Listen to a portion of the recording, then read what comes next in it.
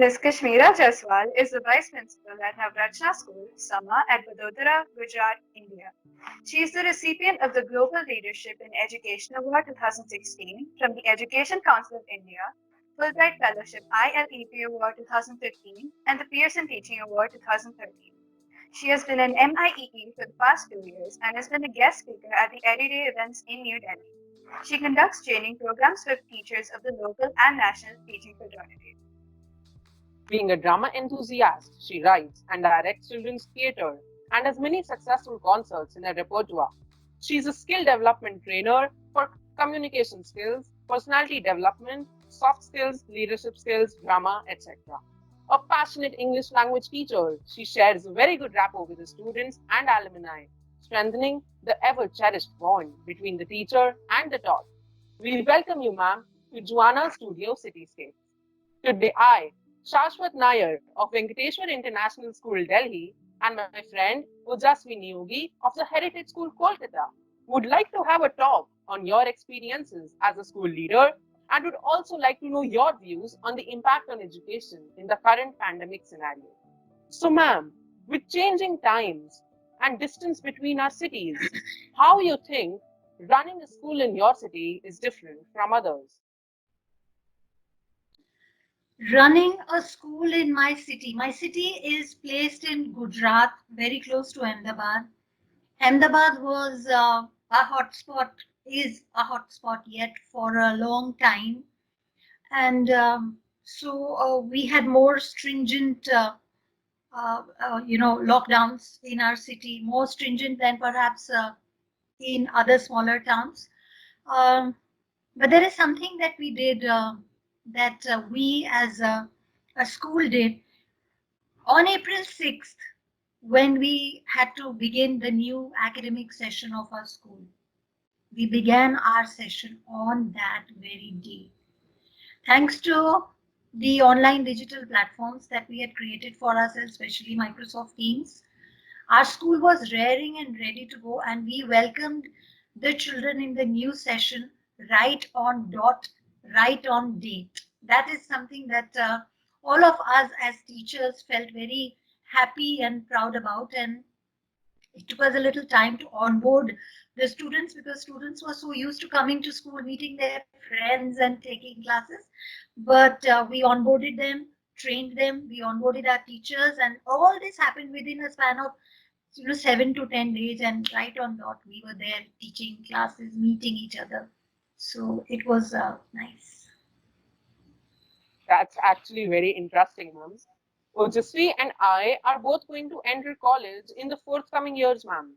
So, what, according to you, are the three elements most important in a student's preparation when targeting admission in the most highly ranked colleges? So I am a believer of the strong believer of extracurricular activities, Shashwat.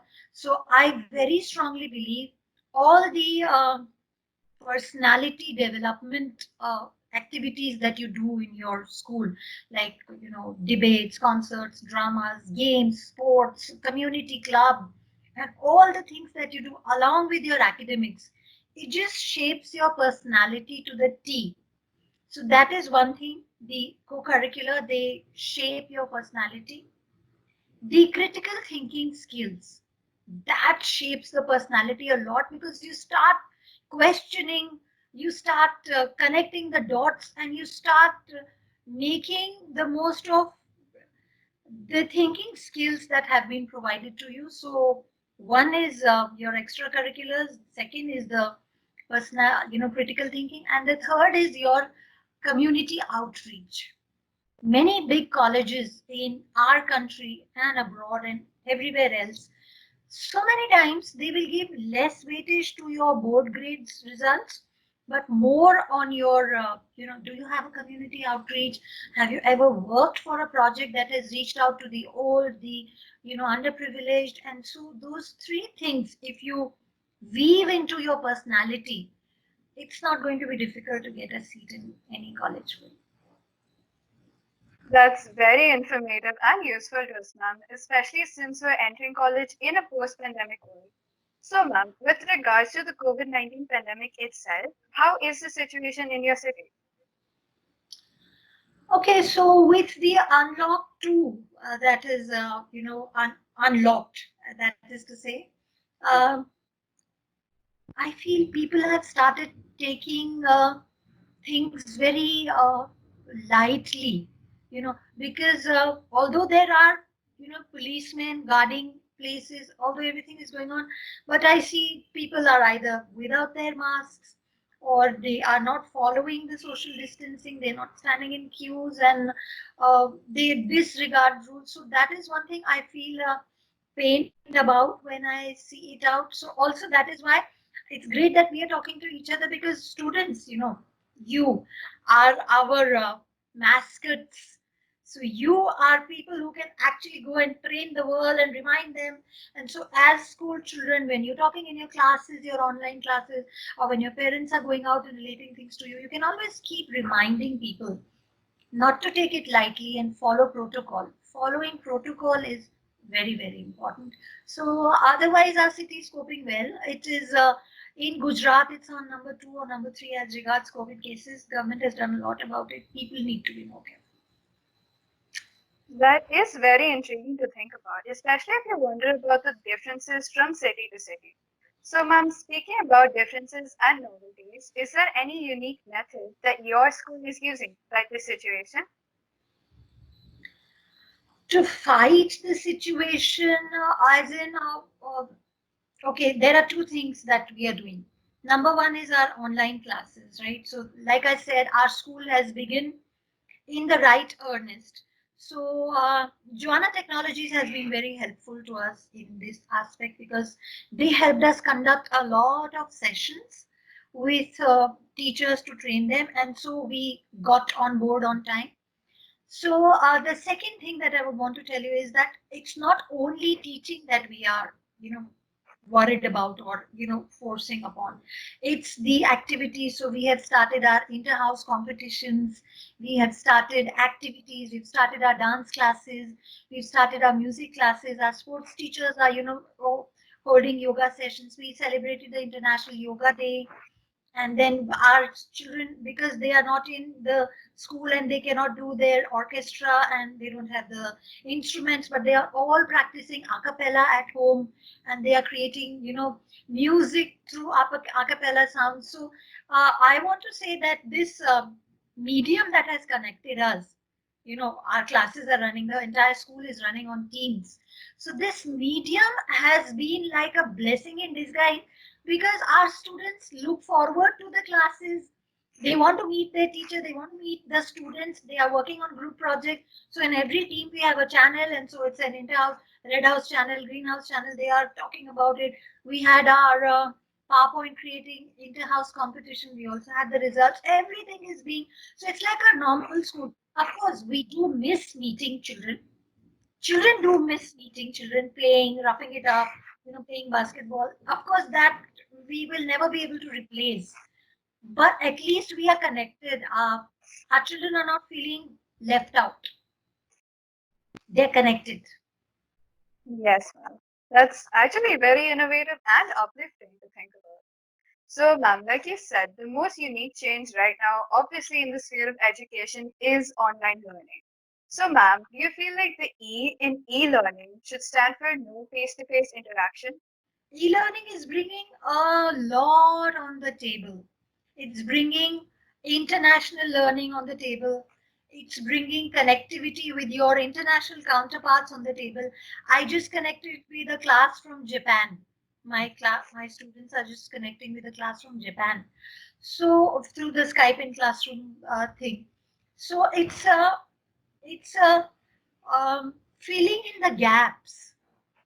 The e-learning is filling in a lot of gaps, and I am sure when we start our real time school as well, e-learning is here to stay, because it's filling in a lot of gaps. You can push through your flipped classroom handouts and your videos. You can look them up and read them up, and when you're in class you are discussing, you're analyzing. So e-learning is all about connecting, filling the gaps, and exposure.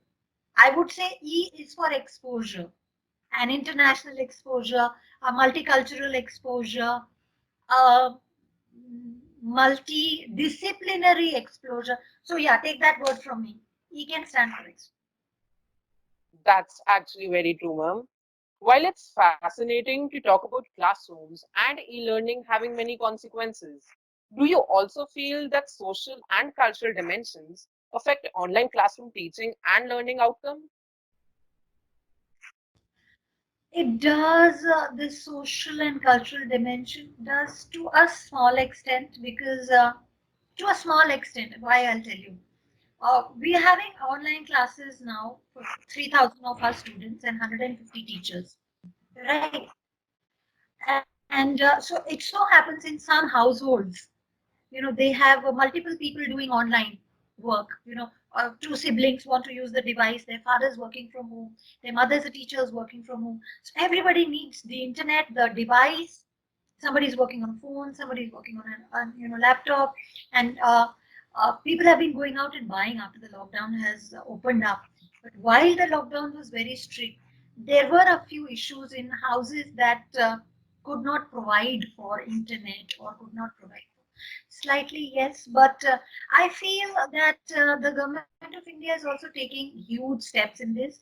So the Diksha app, and the on television there are a lot of you know uh, educational facilities given. So yes, to a minimum extent, is it does hamper, but India is such a progressive country that we find solutions for everything.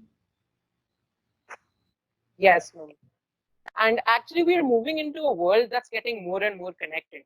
That's an interesting perspective you bring to the topic, ma'am. I remember reading Benjamin Franklin once said, and I quote, teach me and I remember, involve me and I learn. How do you, as a school leader, inspire students to want not only to gain knowledge for a career, but to also enjoy learning? Oh, like I am a, what do you say? You can say I am a pilot for, I mean, I am a stickler for that philosophy, because I strongly, strongly believe that when you go into experiential learning, it's learning for life. So there are a couple of huge projects that we do in our school. So I am from Navrachna School Sama, and Navrachna believes in fostering the spirit of excellence, right? So we whatever projects we do, we take them to a level. We just there's a design thinking festival that we do. It's called Rise. It means reflect on a problem, innovate and implement that problem. RI. S is for share whatever your findings are and do it, and E is for express it out. So our children are given a variety of categories. They reflect what's the problem. They see their mama working in the kitchen and they want to create a new pizza cutter or something else, or they see water bodies being clogged, so they want to create a pond cleaner, and so they do that, they implement it, create that project, share it out with the school, and then express it in the form of a film or a video or a. So that is one thing we do, and there are many other things we do. A lot of TED talks. So my school is a TED student talk hub, and I am a TED leader. So we amplify students' voices, and they always get an opportunity to talk about. So when they talk about something, they definitely have to research about it a lot. So that's researching, connecting. All these activities, besides academics, they help a lot in experiential. They grow, children grow a lot. So, ma'am, that's a very inspiring outlook, and I'm interested to know more on this. So, ma'am, can you tell me what you believed your purpose in life was as a student, and can you compare and contrast that with what you believe your purpose in life is now as an educator? Okay, when I was a student, I wanted to become a. Um, I used to watch these TV journalists when I was young, and I said, "Oh, I want to be in the media, and I want to be, talking to the world and getting news for them, and just addressing the whole, communicating with the whole world." And then when I finished my college and I learned about B.Ed, and I said I want to share my learning with people, and I did my B.Ed, and I became a teacher. And that is when I realized that at the end of it all, I am communicating. I'm communicating with my students, I'm communicating with my teachers, and through my students, I'm communicating with the larger world. So, my dream of being a communicator actually was realized after I became an educator, because I am communicating with batches and batches of students year after year. They go to higher colleges, like you'll be going next year, and they come back to the alma mater and they tell us that we remember school and we remember you. So, yeah, there's not much of a difference, but I'm living my dream. Absolutely, ma'am. That sounds amazing. So it's been great talking to you, ma'am, and it's been an absolute delight to hear and learn from everything that you've had to say to us today. So, ma'am, is there anything that you would like to add on? I would like to know about the two of you as well. I would like to know, Ojaswi, what are your hobbies? What are your passions? And same question after Ojaswi responds to Shashwat as to what are your hobbies and passions? Because you sort of come to know a little bit about me. I want to know about you. Okay, ma'am. Thank you for asking that. So, I am a humanities student. I just took up humanities and I hope to pursue psychology. Apart from that, the passions I have, they extend towards rehabilitation and mental health in general. So, when I grow up, I hope to work in the field of psychology and maybe work in rehabilitation. I also am very passionate about social issues. So, hopefully, something interlinking the two, maybe rehabilitation for those who are trafficked or things of that sort. Other than that, my hobbies in school, I enjoy debating a lot, and I have been to various competitions.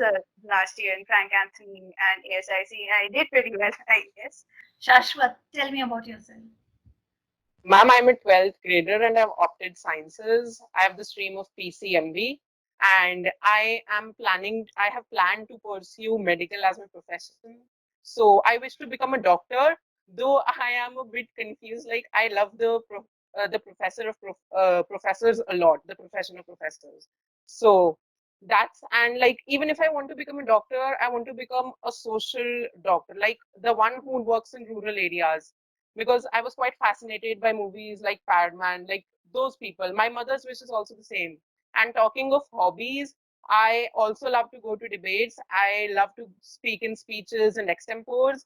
Also, being a science student, I love to participate in competitions which involve innovatory projects like innovation and all that. At this platform where we are today, uh, I believe it's being recorded and there are people who are going to be watching it. And if they are going to be watching it, uh, such things should be an inspiration for others to, you know, look up to. So if a student from a place can speak like that out of the bottom of his heart, I'm sure it'll inspire many others to be able to. So congratulations, Shashwat. Thank you so much, ma'am. Thank you so much, ma'am, for all your inspiring words. We're truly encouraged by your benign presence. This was Shashwat and Ojaswi interviewing Ms. Kashmira Jaiswal, Vice Principal Navrachna School, Vadodara, Gujarat, for Juana Studio Cityscapes. Signing off.